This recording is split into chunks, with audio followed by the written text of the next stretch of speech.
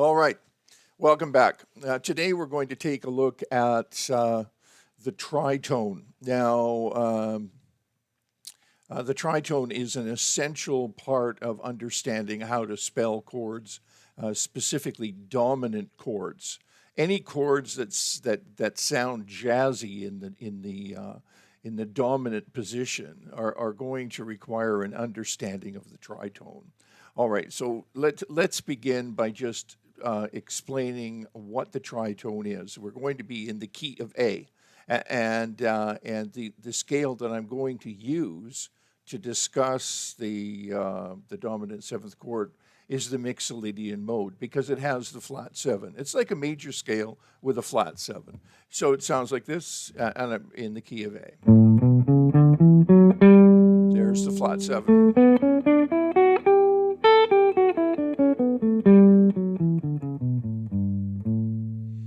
Right, so get that underneath your fingers to begin with.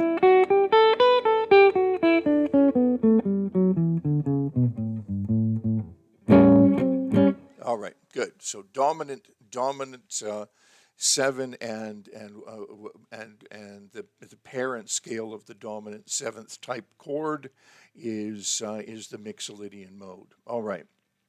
Now, let's take a look at that tritone. A tritone is sort of what it says it is. It's two notes that are 3 tones apart. All right, and we can, I guess I can demonstrate that by just going up to the 7th degree of the Mixolydian mode. There's the 7th degree, and if I go a tritone away from that, same note there, right? So here's my flat 7, a tone, and then it gives me the tritone. 3 tones between those 2 notes. Now, why the tritone?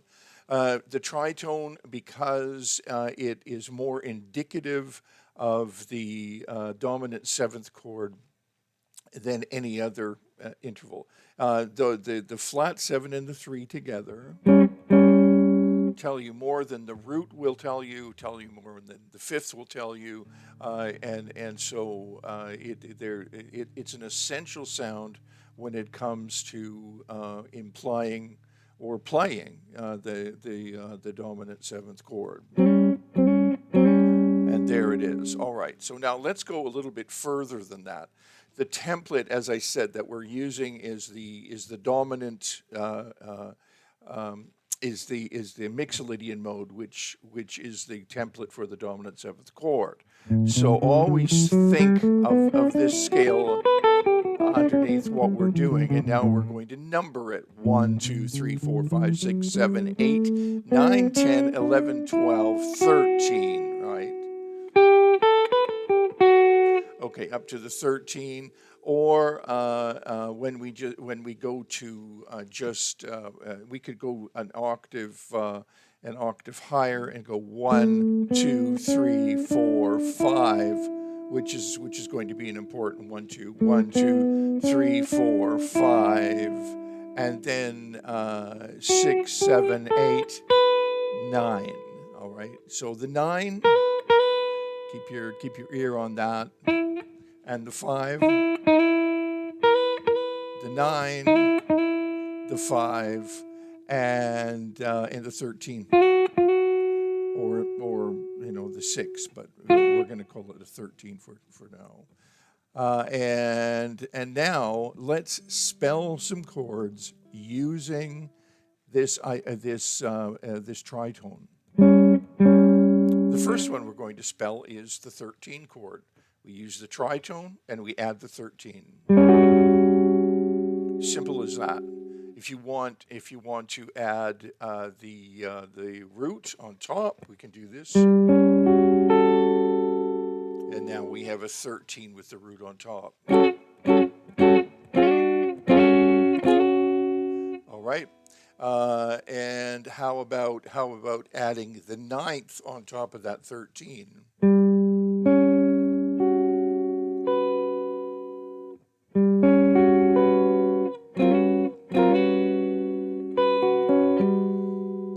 underlying scale is still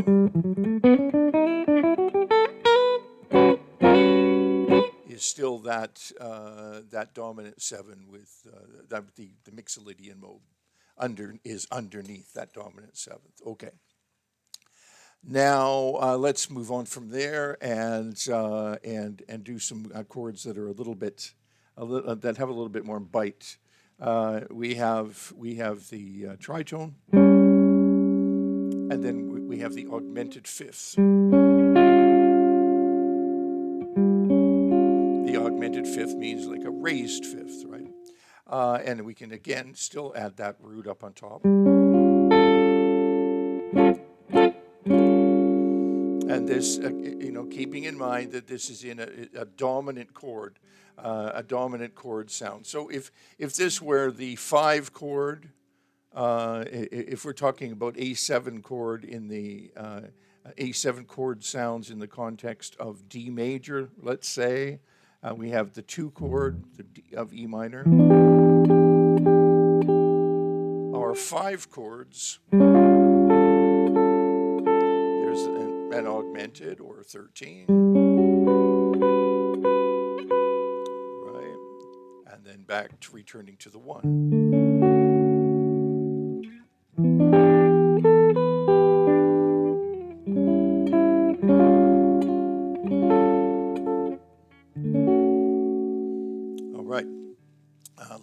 Let's do another one.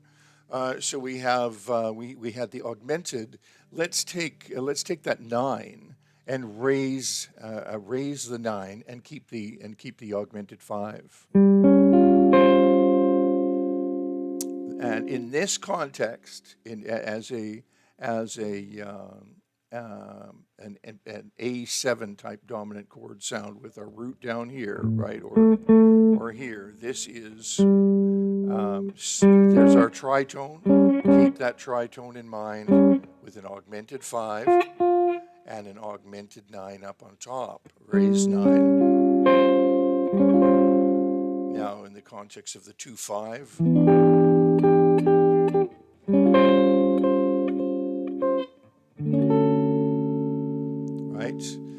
Then let's try another one. How about lowering, doing a 13? So here's our tritone, and there's our 13, and then we're going to flat the 9 up on top. Not a raised 9, but a flat 9. In the 2-5-1 progression, 2.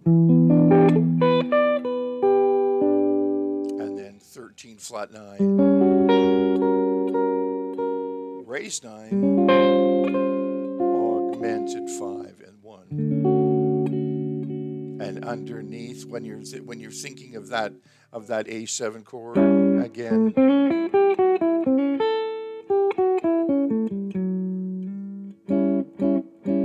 keep thinking of that Mixolydian mode. So let's check out the chords that we're looking at thus far. We start with the tritone, then we add the 13 or the root on top. Then we start with the tritone, we add the augmented 5 and root on top.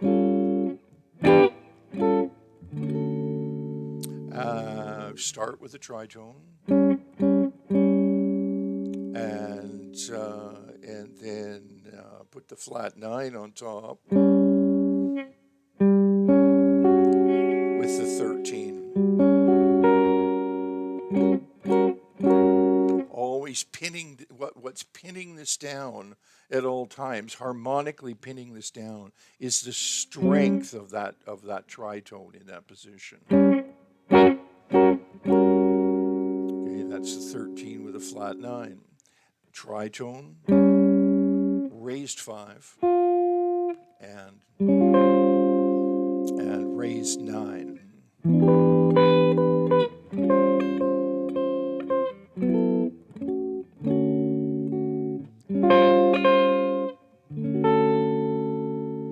Okay, so that's a quick way to start thinking of how to spell altered chords. We haven't done any flat fives yet. There's a flat five. There's a flat five and a flat nine. And again, you're always just pinning those down with that tritone. When you're spelling chords like this, the 5 and the 9 can be either raised or lowered. So you can do an augmented 5 or a flat 5. You can do an augmented 9 or a flat 9. And any combination of those, and you're still providing, you're pinning those chord sounds down. With the tritone, you can get a lot of really interesting jazzy sounds very simply. And the same thing goes for if you want to pin down the tritone with a root. So there's a nice, easy way to think of a dominant 7th chord, a voicing of a dominant 7. There's my tritone, and there's my root of the tritone. Right? Nice and complete, and you can, as soon as you add another finger, it starts to compromise your ability to get those more complex chord voicings, because you're having to pin down a root as well as play flat 9s and raised 5s and so on. So you don't think of playing with a bass player, for instance, right? The bass players, if they're doing their job, they should be pinning down the fundamentals of the chords. Okay. And one last thing, if you take that tritone, and then you put this root here, which in this case is an E flat. You can see that the A7 and the E flat 7 share the same tritone. That's really important. Another topic on tritone substitutions. So play with those, and play with them in the context of 2-5-1s. You can also do a minor 2, like the minor 7 flat 5.